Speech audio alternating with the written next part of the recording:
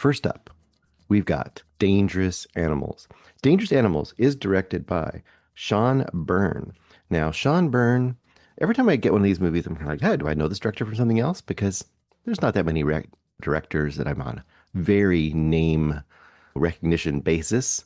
But Sean Byrne directed The Loved Ones from Australia and also a movie called The Devil's Candy. Both those movies are underappreciated, solid thriller, horror genre kind of bending movies that the people who are into that kind of stuff, they're really well made movies.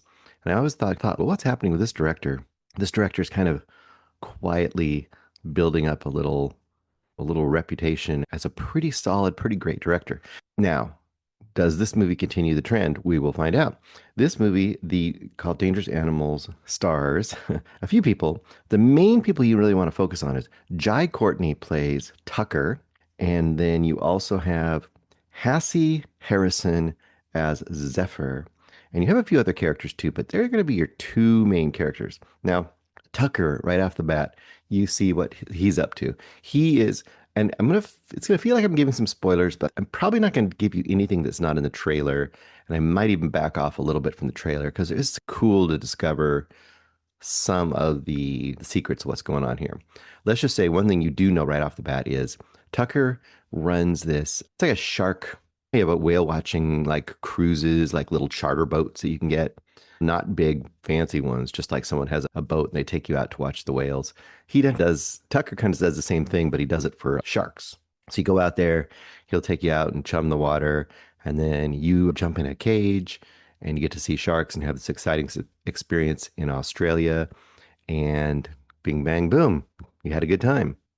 Well, Tucker doesn't give such a good time, though, as we see in the opening kind of pre-title sequence. He has a young couple out there. They go down, they see the sharks, they're all excited, they get out, and before anything happens, hardly, Tucker knifes the guy to death and is left behind with the woman. And you're like, oh no, this can lead to nothing good. And that's like the cold open. Then you pretty much fast forward and you're starting to follow Zephyr. She is living the surfer vagabond lifestyle, living out of a van, just going from place to place, surfing. She meets a young man. They hit it off. You have I don't know, about a 15-minute sequence where you get to know her and this young guy. And you can tell he's pretty smitten with her right out of the gate. And you can tell that she's like, she doesn't like to be tied down.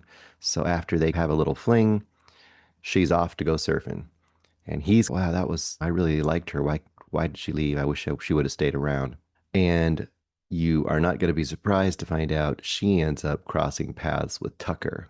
And you find out, I'm not going to go too far and much more into like plot wise, but let's just say you find out more about what his intentions are for the people that come on his boat. And as you can probably guess, it's not good. Now, this movie has a lot of illogical moments, like a lot of horror thriller type movies. Things happen so that things can happen. So if you're looking for a super logical, super tight script in that sense, I don't think this is the place to be. But if you're looking for a really effective, fun, broad, little bit cross genre movie that I think could have a little bit more appeal than a kind of a very, very narrow horror or a very narrow action thriller kind of movie. If you want something that kind of crosses those lines and has a little more broad appeal, this movie could be really great for you. So what does this movie do that's great? First of all, it presents itself as a shark movie.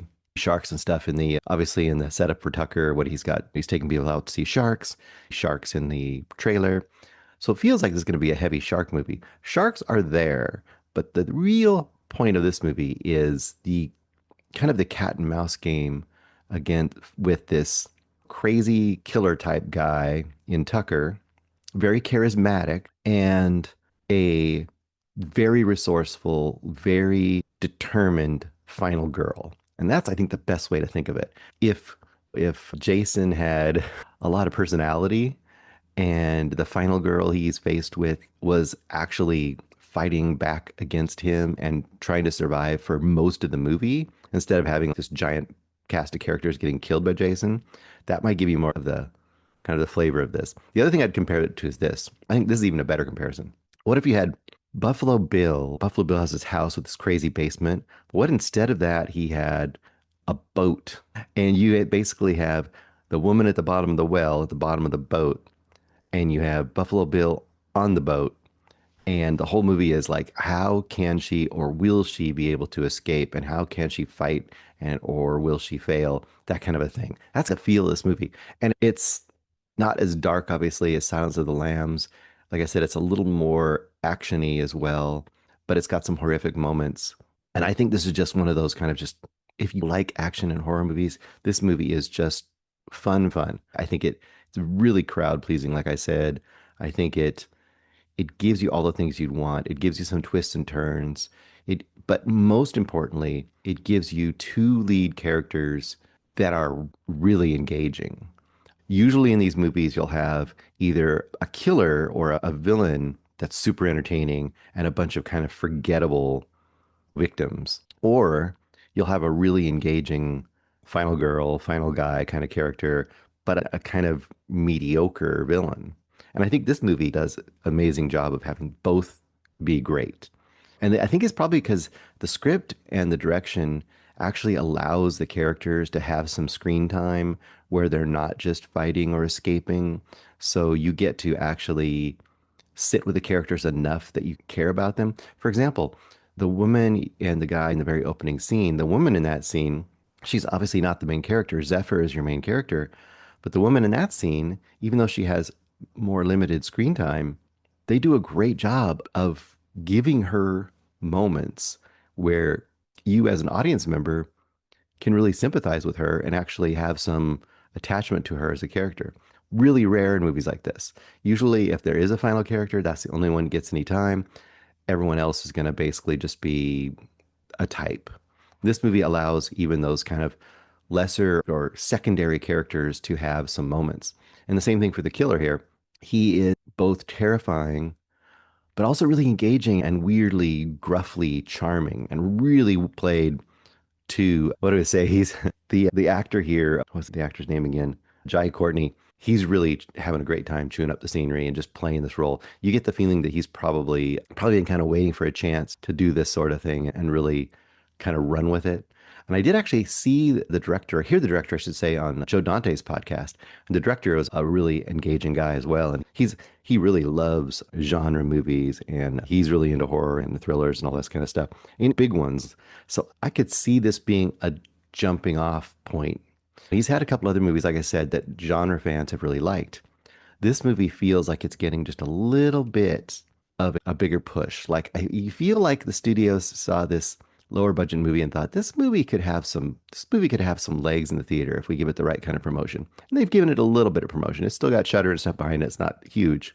I could imagine studio execs looking at this movie and saying, hey, let's give this guy some more money. This guy could make a real money-making movie. Now, that could mean we lose him and not get a really great movie, but it could mean that we have another, I don't know, what would be in comparison to that? Like a Peter Jackson started out really small. You can see Sam Raimi. Those are the kind of ones that come to mind immediately, where they just leapfrogged from these crazy little indie movies to big budget, successful movies, chains and theaters and everything. Okay, so what do I score it? Dangerous Animals. So it's not a 5-star movie. And that's partly because of some of the things I said. There's some real ridiculous moments. There's some very tropey moments, but the fun and the character stuff outweighs that a lot. So I'm not going to go 5-star on this. It's not a 3-star banger because I think it has more cross appeal. So I'm going to go 4 stars for Dangerous Animals. I'm really curious to hear what Greg, and I would really be curious to hear what Eric thinks. I don't know if Eric got around to watching it. I think that's too bad because I think Eric might have really enjoyed this. Yeah, so Dangerous Animals. You should consider checking this out. This would be a great date movie. This would be a great, hey, we want to go to the movie theater, just have a good time, not have to think very much, not have to get too serious, but also not watch another superhero movie. Dangerous Animals is not a bad choice. Hey guys, thanks so much for watching this video. For more movie and television reviews and interviews, please subscribe to my Deepest Dream channel. Like, comment, share, subscribe. And as always, thanks so much for your support. Take care.